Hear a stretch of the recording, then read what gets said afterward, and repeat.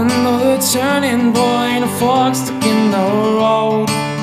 Some grabs you by the wrist, directs you where to go. So make the best of this test and don't ask why. It's not a question but a lesson learned in time. It's something unpredictable, and in the end is right. I hope you at the time of your life.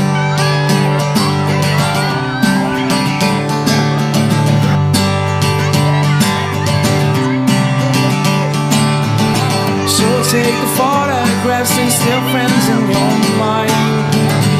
Hang it on a shelf in good health and good time. Tattoos with memories and day asking your child. For what it's worth, it was worth all the while. It's something unpredictable, but in the end is right. I hope you have the time of your life.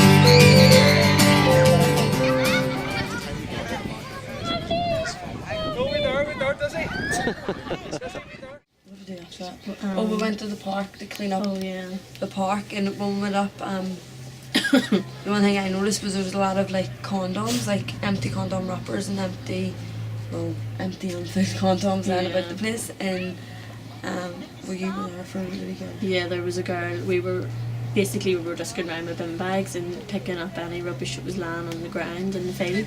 And there was this one wee girl, and she was just helping us. But there was a condom lying on the floor, and it looked like it was filled, and tied and everything. It was tied and all, and obviously we weren't picking them up because just in case. And she had lifted it and went to throw it in the bin bag, but it was like hanging off a bit. So she lifted it again and put it in the bin bag, but was squeezing it until it had bursted all over her hands. But it was just so normal for her. Like it didn't even faze her that what she was lifting and what was even coming out of it was going all over her hands. Like she was just so oblivious to it all. But for us it was like really like shocking, and I was really like a wee bit, I didn't really know what to do, and obviously I didn't want to be like cheeky to the girl or push her away but at the same time she was just so like, she was just really, that was just normal, like she was just, so that was a wee bit like a bit of an eye-opener for us. I had found out later that day that the wee girl was only like 5 and that she had been being just sexually abused constantly, so it's kind of like seeing things like that was normal for her even at such a young age. Like when I was that age I didn't even know what a condom was, and she knew like exactly what it was and exactly what was in it. So and then we were told that all the kids around that age actually come out of school with them because they're actually getting sexual education at such a young age, because obviously AIDS and HIV is such a big thing over here, and they are getting it, but at the same time a lot of the kids are using the condoms as a joke, like as a toy. They were like taking the ring off the top of them and using them like a slingshot, so, and blowing them up and using them as balloons too. But at the same time, like, and I noticed there was a lot of glass as well. Like there was actually a wee like a circle that I had walked through, and it looked like there was like a fire had been built in the middle, and there was a box of matches, and around it there was clearly used condoms and like broken glass, where like there was older ones but sitting in a kid's park. Like it was, I know they do that back home, but like it's not to that extent where there's like used condoms and all lying along the floor. And I think all in all it was just a bit of an eye-opener, and with it being our first working day from getting here, it was our first proper day getting into everything. It was a real eye-opener, and it was very hard-hitting for us all, but we thoroughly enjoyed it, didn't we? And we were really excited for the next day.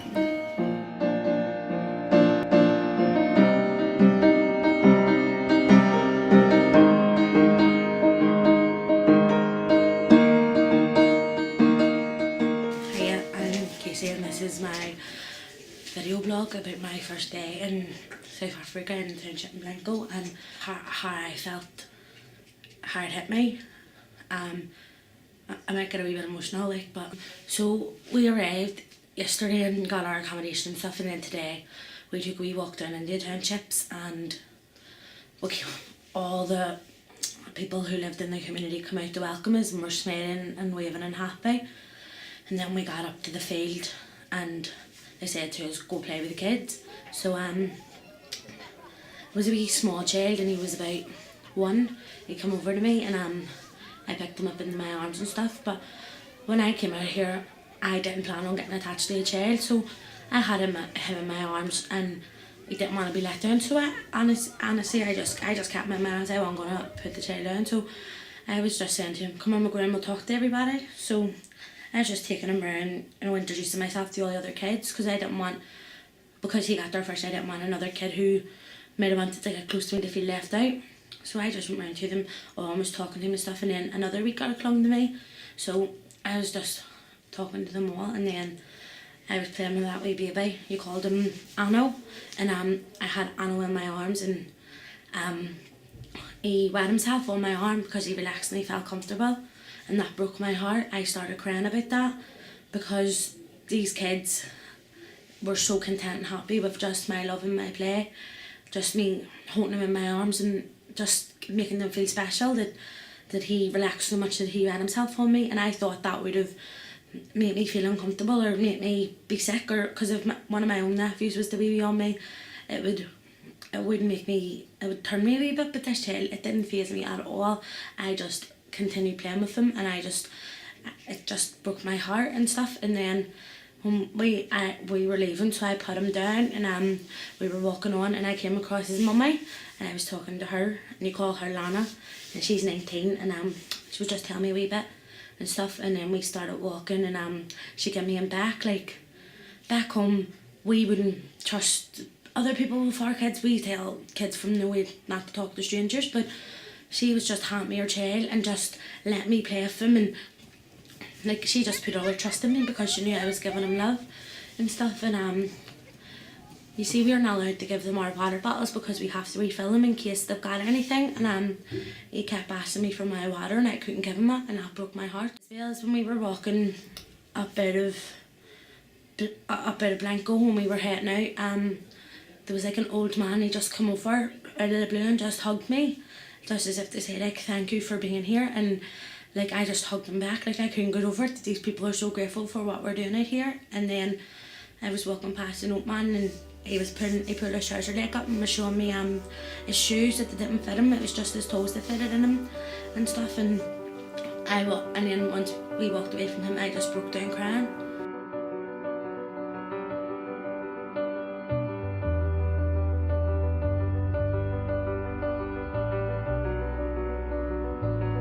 We went up the park in Blanco, and we're just like sort of trying to fix up the place a bit.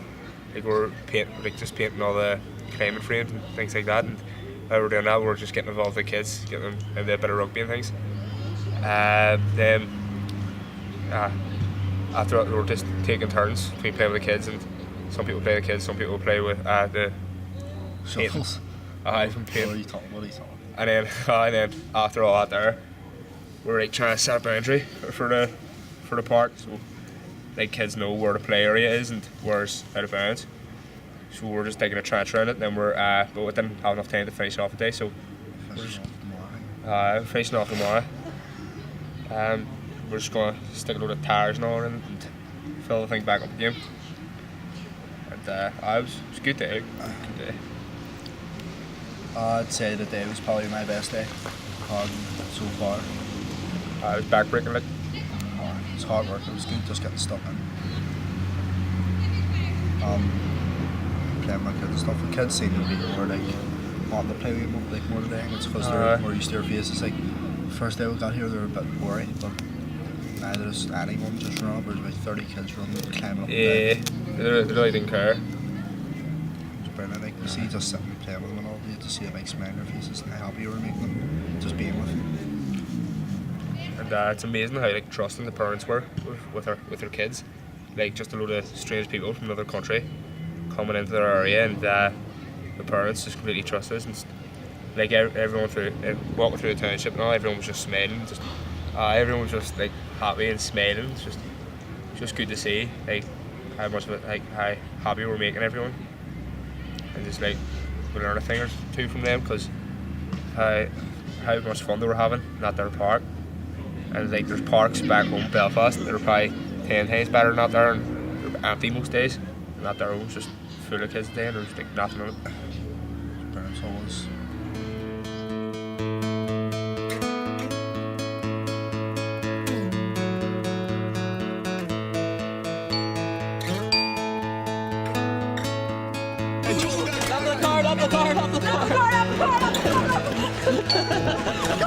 All the blacktop boys running around wild like they're heroes, and the stained glass sun follows us around wherever we go.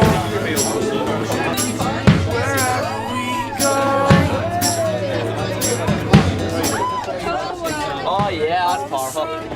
Girls spinning around under summer's halo. I don't know what's next, but I'll be with you wherever we go. Wherever we go. Yeah, abseiling. Yeah? Yeah, they're gonna do it together. Making this look easy, and all my friends are all right next to me. Don't tell us when we'll be leaving, and all my friends are always singing.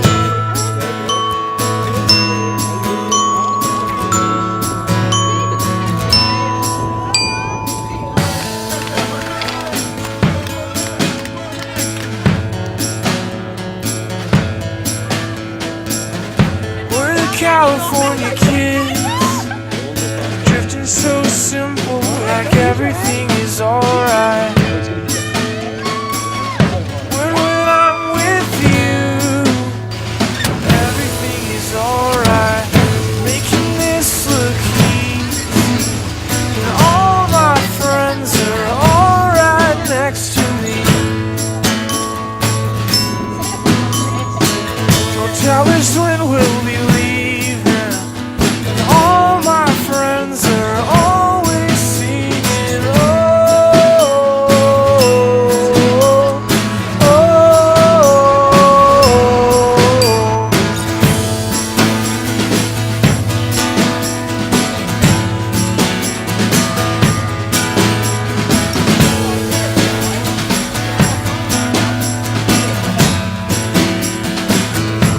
Just turn on the lights here. The birthday girl.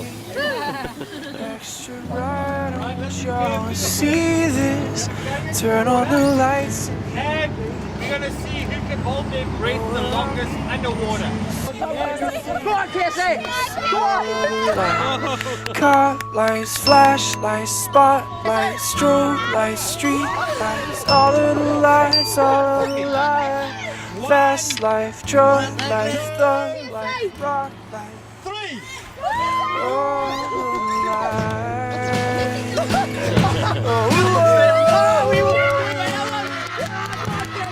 all of the lights.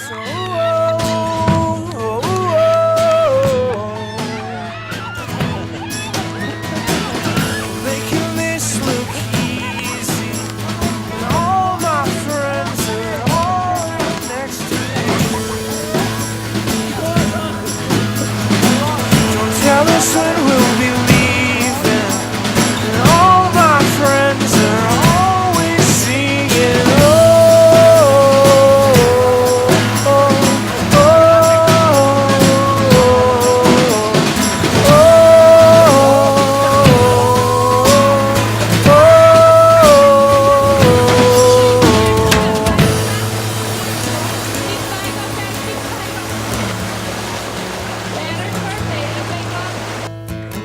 We're the California kids, drifting so simple, like everything is alright. So today our team, it was our chance to go to the clinic and do the food drop down there.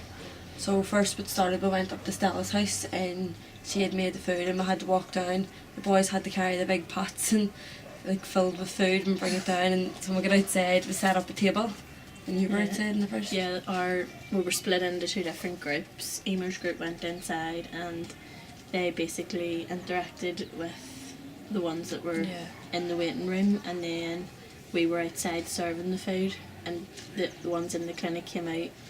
We served them their food and they went back in and chatted with Emer and the rest of the group, and then after a while we swapped over, didn't we? Yeah. It was just going in at the start, I was kind of like intimidating for the group. Yeah.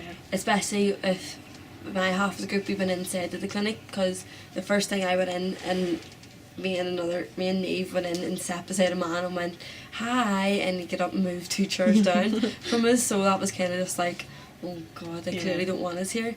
And then the next thing that happened was the girl that worked in the clinic came out and started like shouting in Afrikaans, so obviously we didn't understand anything she was saying, and so we turned around and like a guy that was sitting beside us had explained what she was saying, and she was saying that everyone had to be quiet in the clinic, and was saying that I think that they should have been ashamed of themselves and stuff because there was doctors or something off on their lunch and everyone was complaining about it, and she was kind of just shouting, so that intimidated us a bit more, because we were like, if she's wanting everyone to be quiet and we're sitting here trying to talk, then it's not gonna work. And there was a wee girl that came over to me.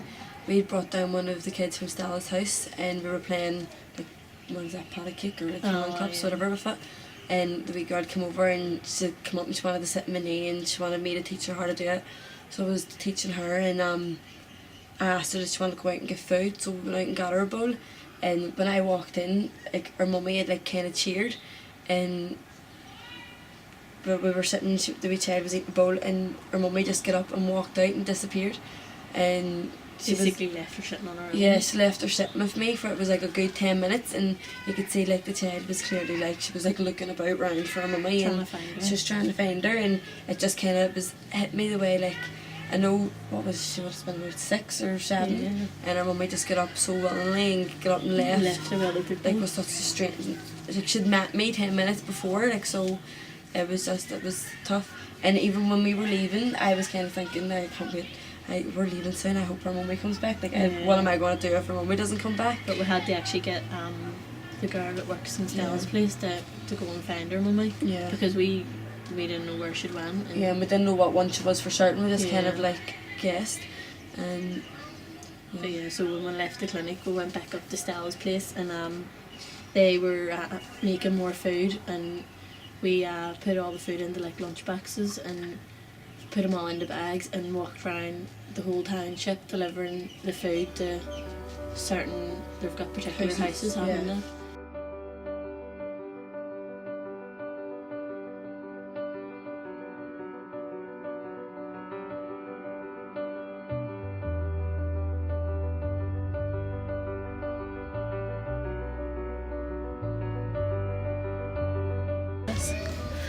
Hiya, we're just down at the park here, and we spent our day painting and doing structured games with the kids. So the first half of the group went down and we painted the park and got it all nice and colourful so it's more child friendly, and the other half of the group went up and we played structured games with the kids, and then we swapped over.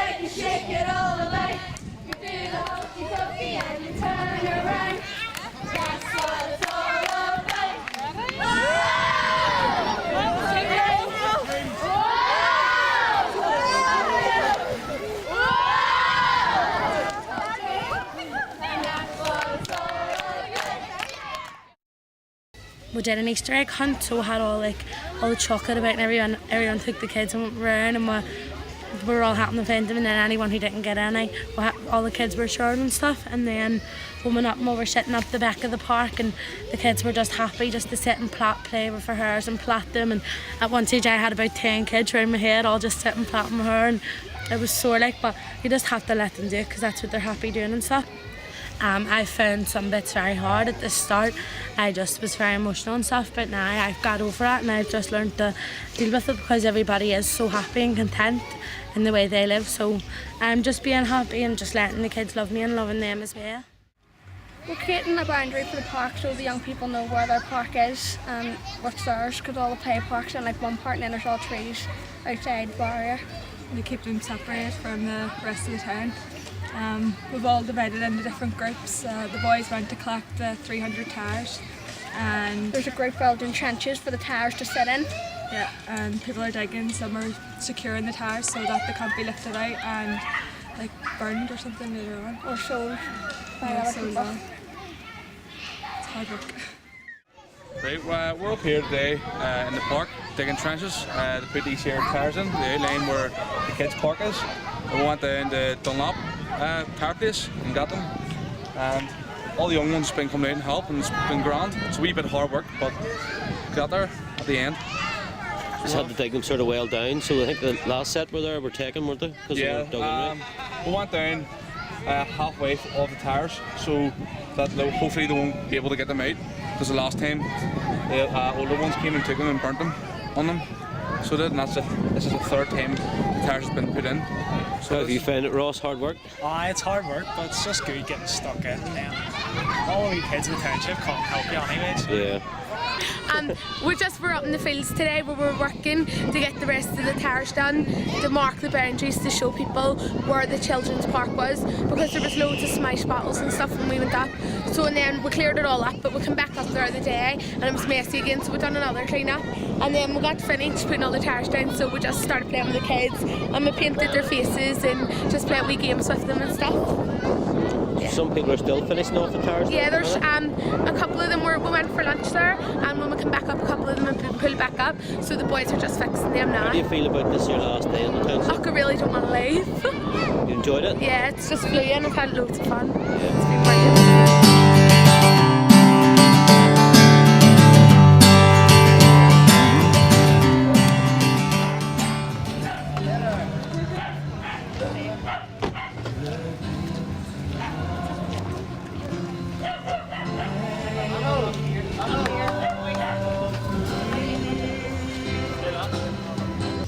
I'm just going to have to do both. I'm going to speak in Afrikaans and then also translate. Just wanted to say really thank you aan julle vir al julle moeite dat julle weer ons as 'n span isoleer. That just wanted to thank them for all the energy and the work that they're putting in and for having us as a team again with them. Ons weet dat gister jou verjaarsdag was. We also know that yesterday was your birthday. So wat ons vandag wou doen, ons wou net as 'n span vir jou geseënde Kersfees. Verjaarsdag sê en dat die Here jou regtig sou seën in die lewe. So just want to wish her a happy birthday and also really pray just the Lord's blessing on her life and for this coming year. Alright. So can we sing for her? Yeah. On the count of 3. 1, 2, 3. Happy birthday to you. Happy birthday to you. Happy birthday, dear Stella. Happy birthday to you. Hooray! Hooray! Hooray!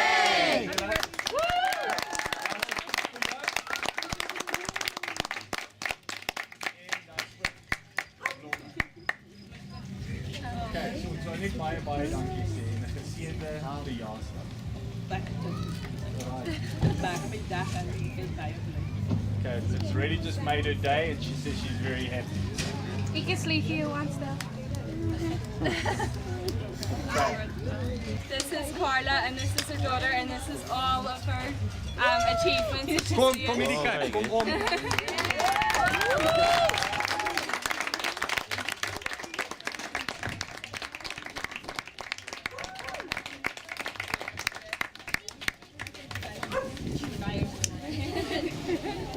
Okay, this is Carla and then her daughter, and this is what she's been able to achieve with kickboxing. Remember what I said, she's my bodyguard. Okay, base fella. I just want to thank each and everyone. Thank you for still something and trying to go. Okay, so these are all the things that she's won. And also the medal. Okay, so you guys are part of the journey. So guys, thank you very much. Eh?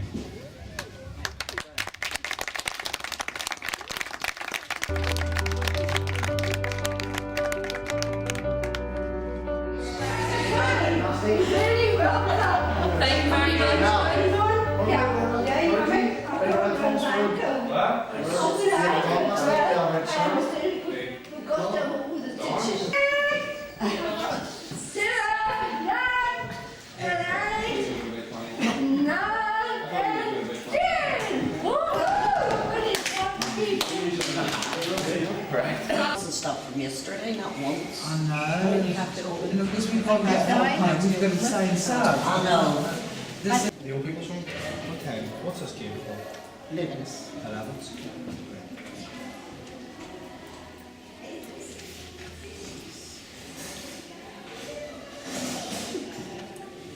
Keep an eye on this one here. He likes the cheek. I did he like the cheeks? Yeah.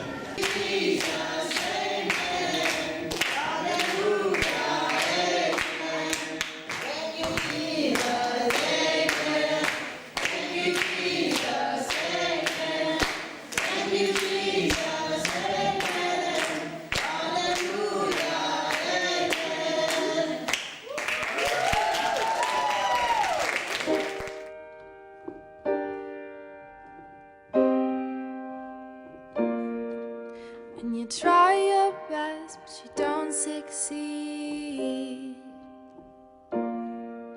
when you get what you want but not what you need. On our journey we called into this guy's house called George.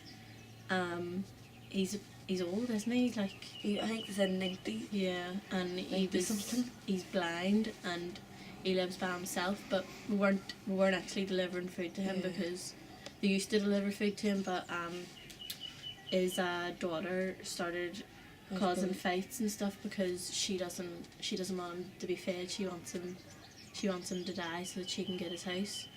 So it was a wee bit sad in that way because we were out delivering food and weren't able to give him any. And I think as well though, because the first group went in first, we kind of sat to the end, and they went in first and they came out and they looked fine. So we went in. Willingly thinking this was going to be. We were just a wee chat and went in and he was just sitting on the bed and everyone was crowded around him and like, I think he said he was like, "These are beautiful people and I wish that I could see yous," and like I asked could we pray for him, and Niall actually stepped up and said that he wanted to, so Niall went and like put his hand on his head and everyone started praying for him, and it was just, I think, the whole fact that he had such belief for. He had a lot of hope that even though in his old age that at some point he's gonna have his sight again or get his sight and be able to see before he dies. But I mean, the man's in his land there basically down, and he's got so much hope about him, and he was just so happy with a wee bit of company. Like people he never even knew him before in his life, he was like he was just so he had a lot of positive atmosphere about him.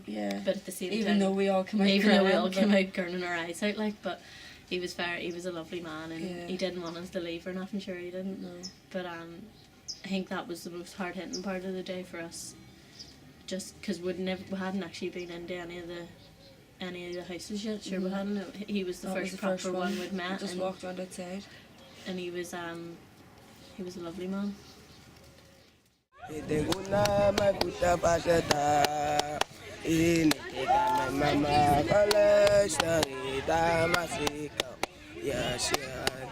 Oh, my mama said the bad word. If guna my puta pasata.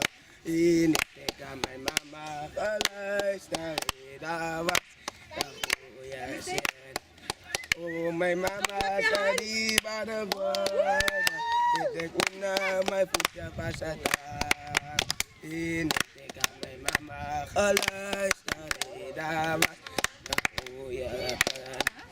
oh, my mama shadi bada boda, ete guna makuta basata. Ete kame mama kalai starida, seka huya sien.